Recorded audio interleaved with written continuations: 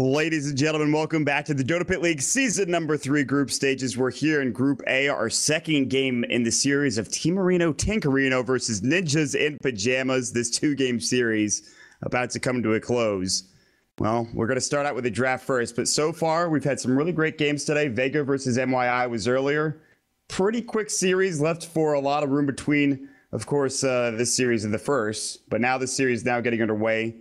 And game number 2 hopes to be a bit better for NIP after a pretty shaky start, and they stayed in it, but really just a really great draft from Team Tinker. They were able to come out on top, 30K net worth lead, probably more by the end of the game.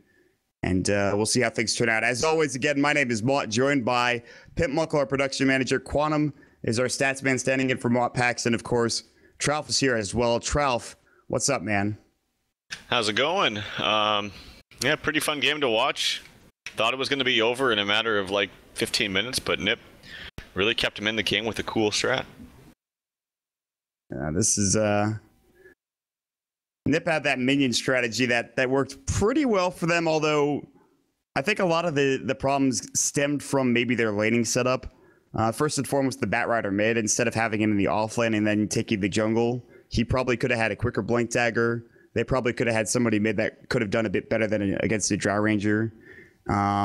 They took some very good fights around Roshan. They had some really good pushes, but in the end, that 5th pick Brood wasn't enough. And they do go for the first pick Troll Warlord, and they grab the Chen as well, which is, I believe, played by Hansken, and he plays a great Chen. So this is a good start. Chen is usually a top tier ban priority in this patch because of his change to his Holy Persuasion and Hand of God in the Aghanim Scepter. So I'm a big fan of the start, not only from Ninjas in Pyjamas, but from Team Tinker as well. Yeah, it's cool to see Chen picked up again. I mean, we see it either teams just not comfortable with it, not going for it altogether. Then you see other teams that run all the time when they can, like Team Secret, and it gets banned out against those top teams. So it's cool to see it being played once again. Troll Warlord, I'm sick of this hero. I see it all the time, but it's picked up here for Ninjas in Pyjamas. Troll pickers and sniper pickers in ranked can burn in hell. You can all go die, in my opinion. I understand that you need to win the game. Careful what you say. It'll be on Reddit. Okay? Yeah, that's true. All right. That's a good point. I'm sorry. Don't go die, but please stay out of my games. Would like very much if you did that. Troll, pretty good hero. Sniper could be dealt with by like a Clockwork or a Spirit Breaker. Troll in ranked is seemingly unstoppable if you are smart enough to know how to play Troll, which is pretty simple. You hit your W button and then you hit your R button to hit towers, and it's just that's how it goes. Big fan of the hero. Good stuff. Brood's actually banned out by Nip themselves. Yeah, I could talk about last game, but not going to. Why not? or why should I? We should just talk about this game. So, all right, Brood banned out for them. Lena banned out from Team Marino Tinkerino. I'm wondering if they were. I wonder what they want for mid then, because I usually don't ban out a Lena if you're anticipating it to be a support Lena. Mm-hmm. It's also not. You know, I said once before that Lena's not a good solo support as far as like being on her own when Chen's like farming the jungle. And then I said that, and then like some team did it, and they absolutely owned with it, with Chen and then Lena as a solo support. So maybe it is effective. Bristleback picked up yet again this time from Team Tinker, which is interesting that actually Nip let it in the pool, because if there is a hero out there that's actually not too bad against Troll, it's Bristleback. And they let it go. They banned actually the Brood and the Dazzle over the Bristleback. So I find that a little bit interesting. They're going to go with the Witch Doctor, which is... I've seen this before, and I saw EG do this, and it didn't work out. Where they picked the Witch Doctor, which is a fantastic support, don't get me wrong, but to be the solo support offside of Chen... The only thing is like I feel like Witch Doctor's Axe upgrade is so good on the support, one of the best, if not the best in the game. Could single-handedly turn a team fight. That I feel like not giving him farm is kind of wasting the hero's potential. I saw AG do this at, I don't remember when they did this, but it just didn't work out well. Where the Witch Doctor had absolutely no farm. I think it was against Void Boys actually in the MLG. And the Witch Doctor just couldn't get any farm and couldn't do anything with the axe or with his ulti. So That's my only gripe about this combo right now with the Chen Witch Doctor.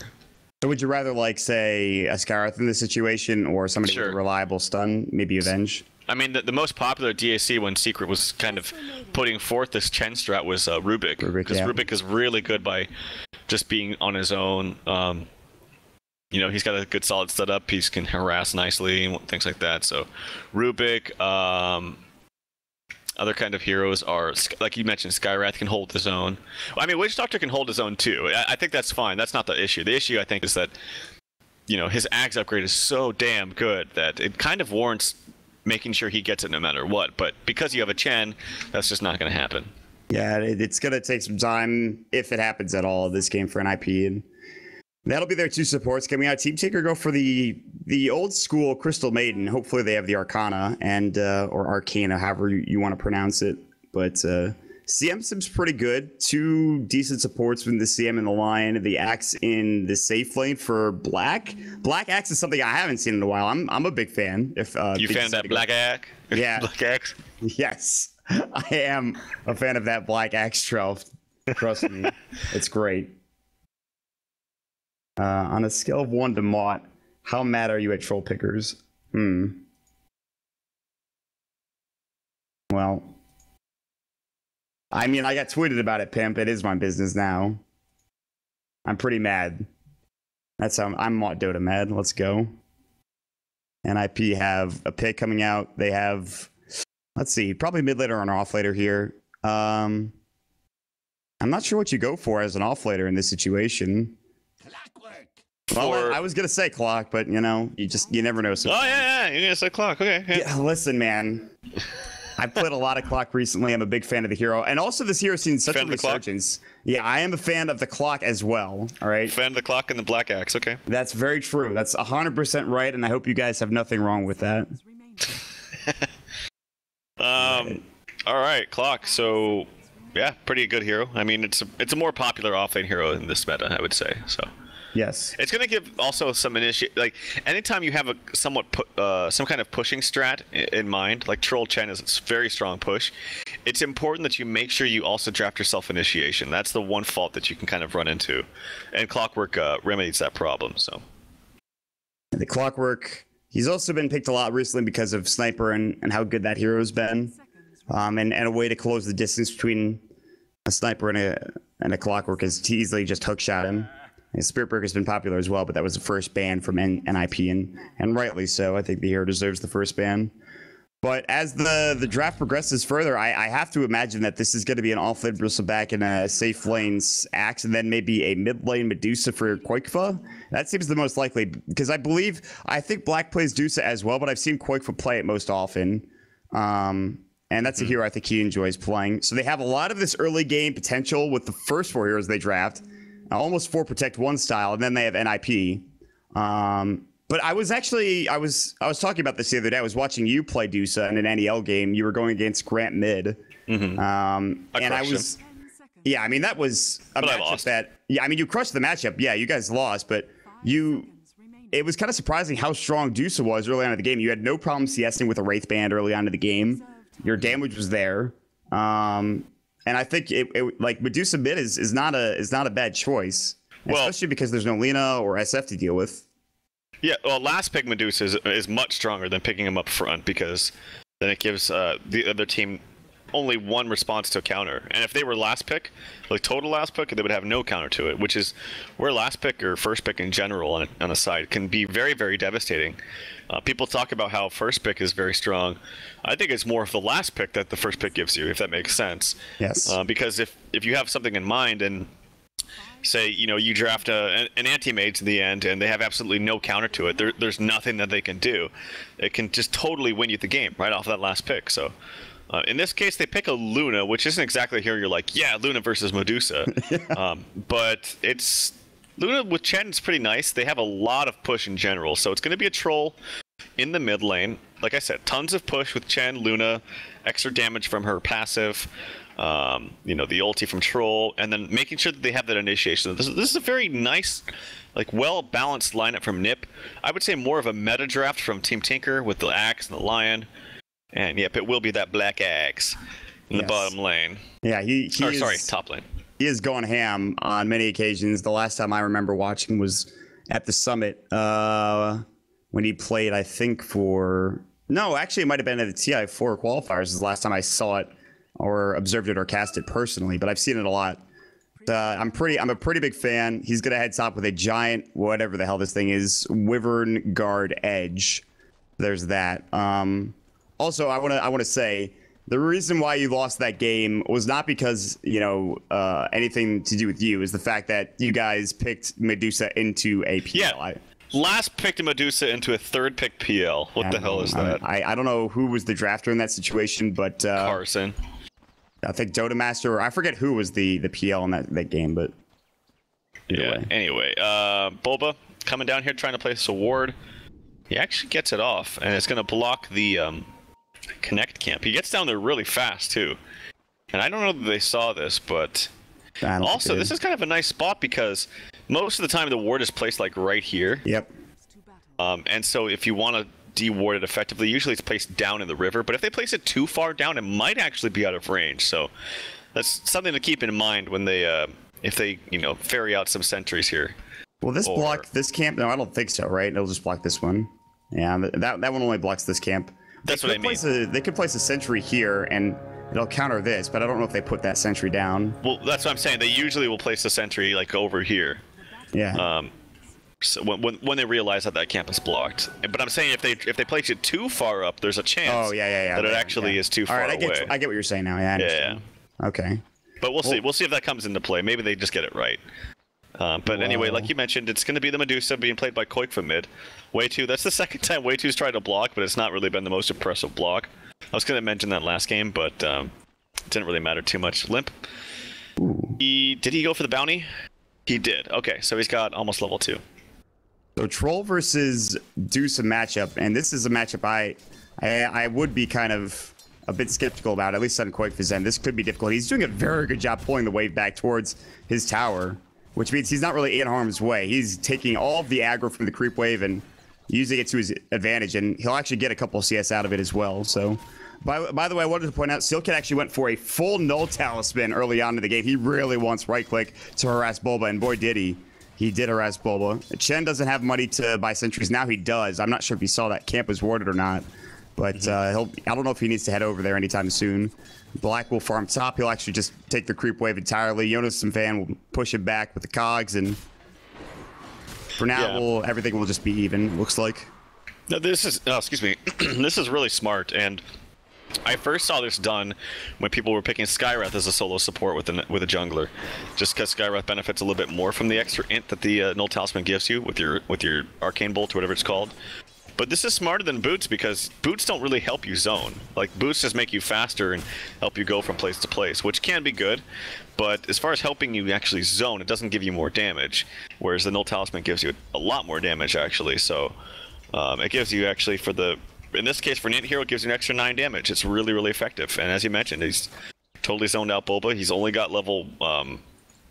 Yeah. He's going to stack for himself, but he won't be able to do those for quite some time. Call's gonna go. A couple of counter helix procs. Actually, only gets the one, luckily enough for Jonas on Fan. Otherwise, could have taken a lot of damage. Might have had to back. Who has only 2 tangos left, and he is getting kind of close to that bottle. But Pyjamas picks up an Invis rune, which I think they saw in that top rune spot. So Limp is backing up. He's using his ranged axes, and Pyjamas will instead now rotate down towards bottom.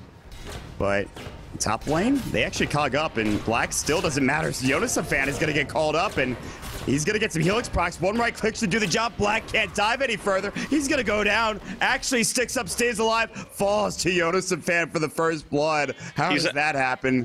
Wow. He's actually so unlucky, man. I feel really bad for Black. There was like 5 things attacking him. The whole creep wave and Jonas Fan.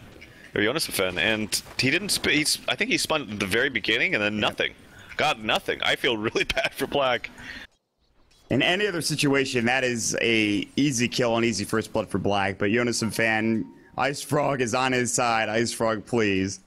And that is going to provide him not only boots of speed, but he will get his bottle within 5 gold. Koik for mid lane takes the whirling axes. Koik for sitting at 12 CS. Limp at 14. Pretty even, all things considered. The Luna has 21 CS down in this bottom lane. And when you think of Luna, this hero doesn't have the best time early on. She's kind of squishy. She doesn't provide that much damage. But later on, she's just as much of a beast as she used to be back in the day, although agility game was stifled a bit. This skin is really cool too, or the whatever you call it. This Luna rider or the horse, or we're not a horse. The I don't know what it is. Yeah. Mount. That's the word I'm looking for. Thank you, Pitmuckle. Yeah, the mount's pretty. I don't know, man. I just woke up seriously an hour ago. I'm still not all there. But bottom river, I still like horse. Yeah, I saw a lot of coddle. Okay. Regen rune picked up, pilot die, being annoying, but yeah, it was really. It's hard because bottom lane, third put some aggression. Bulba's dead. Yep. Wow, fast start for NIP, but yeah. It's a level 2 Maledict too, so I've been seeing a lot more Witch Doctors go for this. It's just extra damage, whereas the heal is nice, but as far as outputting damage and getting kills. Top lane Black, you've got it this time, buddy. The spins, now gets the call out finally. Should get the kill here, and actually gets a couple creeps as well. Finally, the redemption coming out for Black.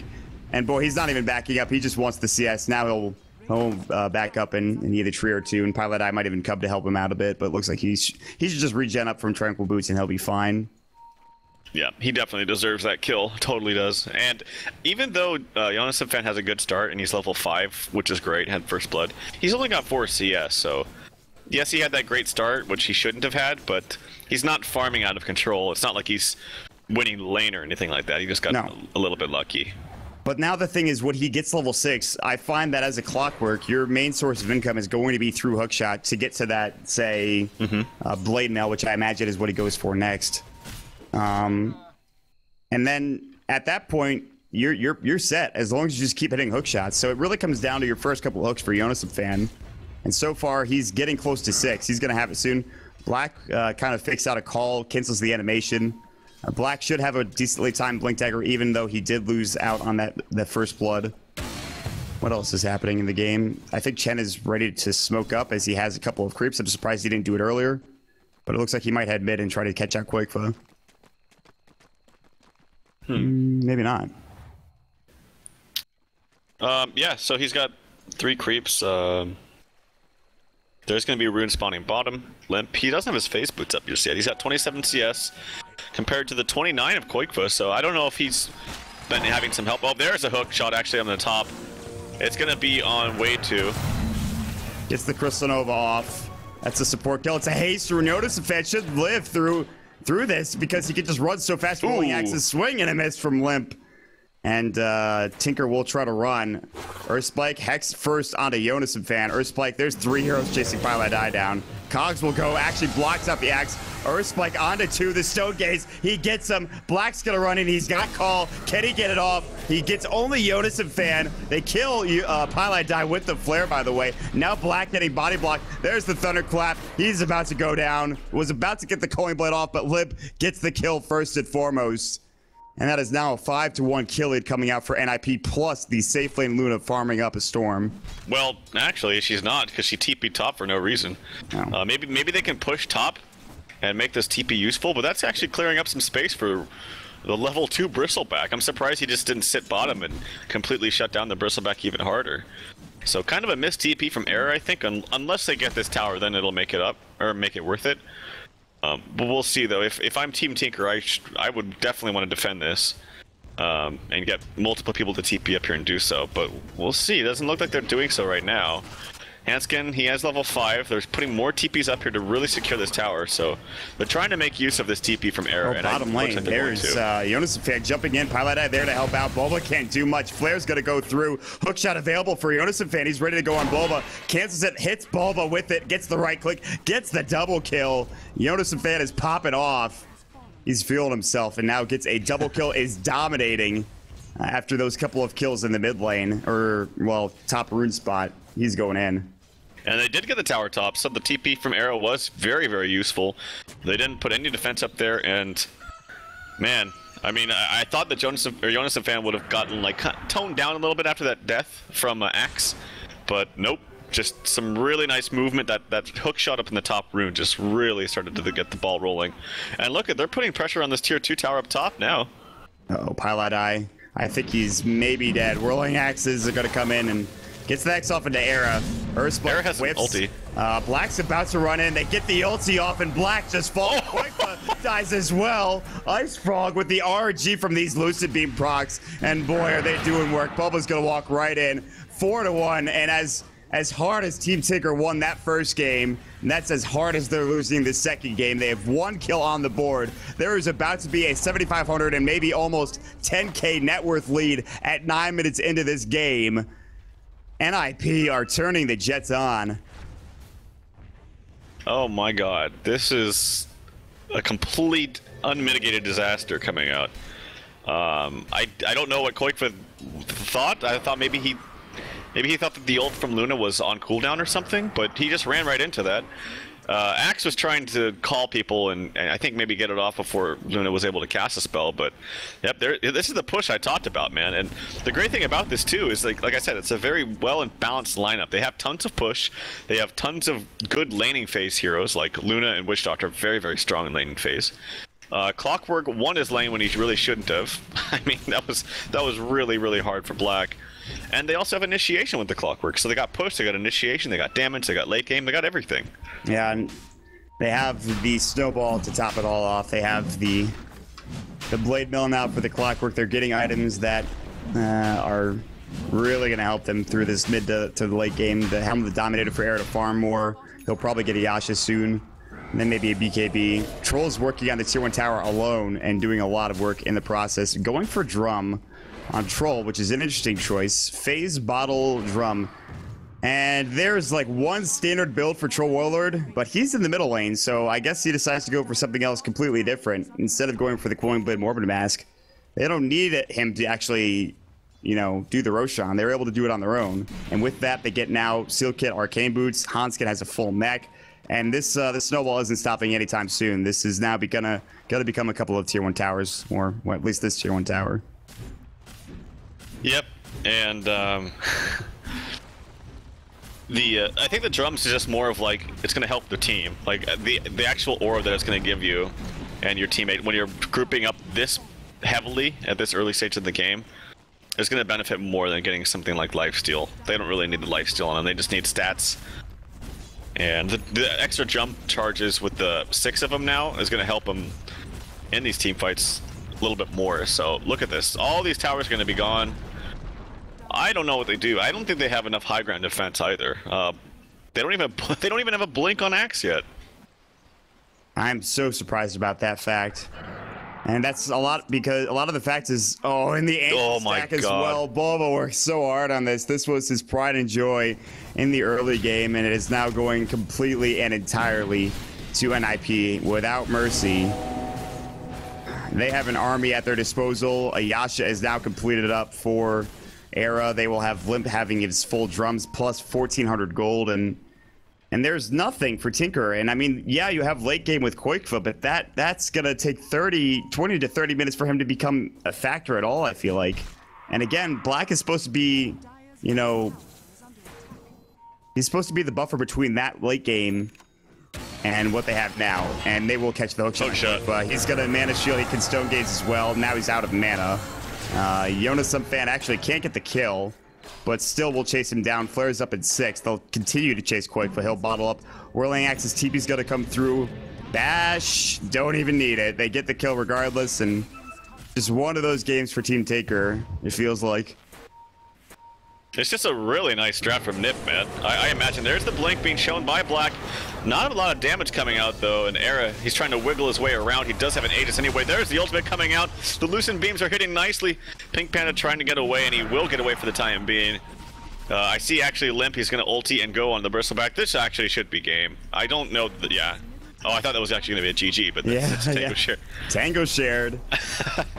There's nothing they can do. They just showed their Blink Axe call. Medusa doesn't have an ulti. She's absolutely no farm. This game is over, man. How does it go from Team Tinker having a fantastic first game to this poor of a game number 2? I don't know what happened, but... Draft.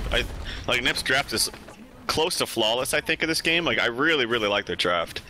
It's just they have everything going for them, and I mean, a lot of that, yes, has to do with top lane, but I think that even with a fast blink on Axe, it wouldn't have really mattered.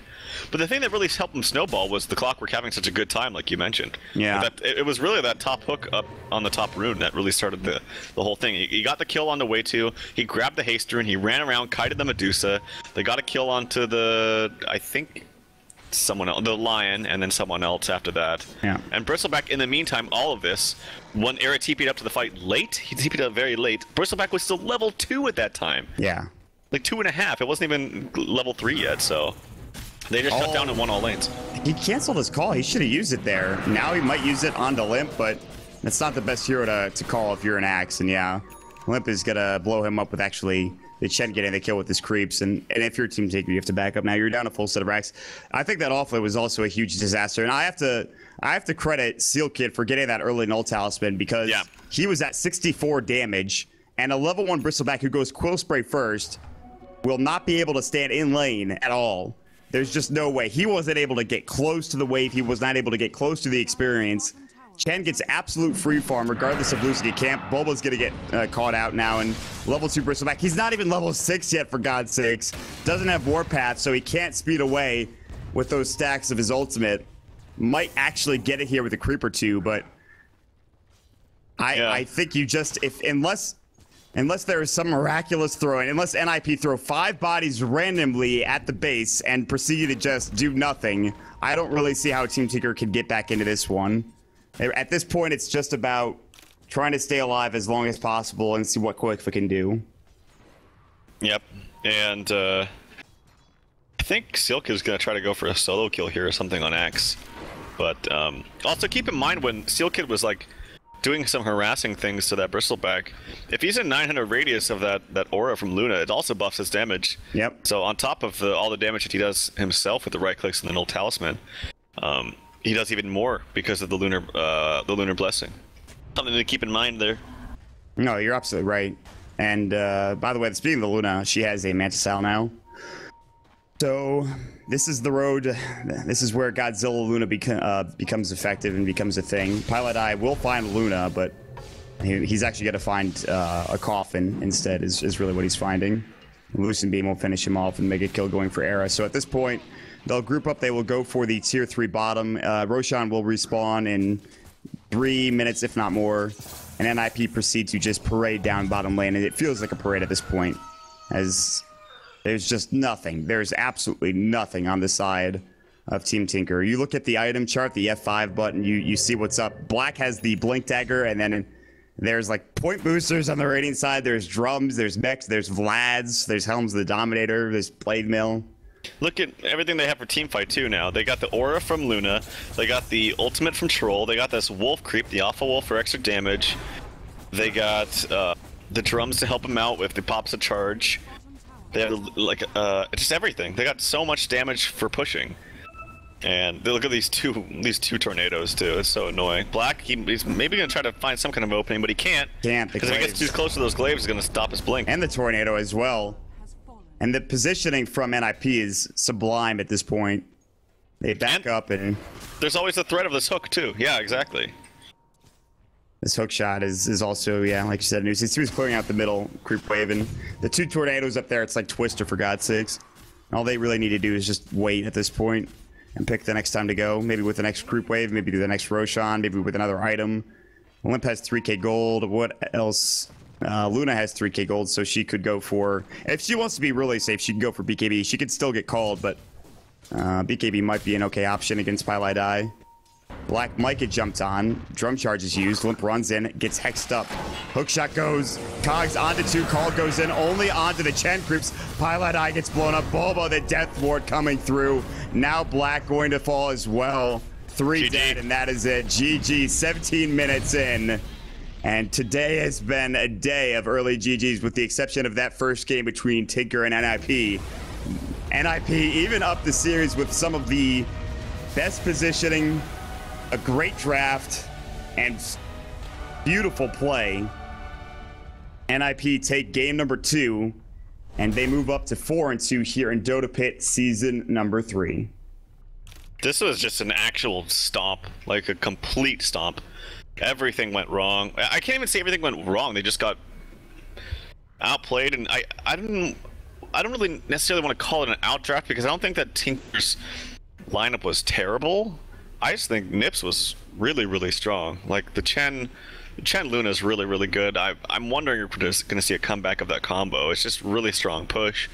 Troll in the mid lane, very strong. Clockwork had the best possible time. You got to wonder if that lucky or unlucky, I should say, series of events for Black could have changed the game. It very well could have.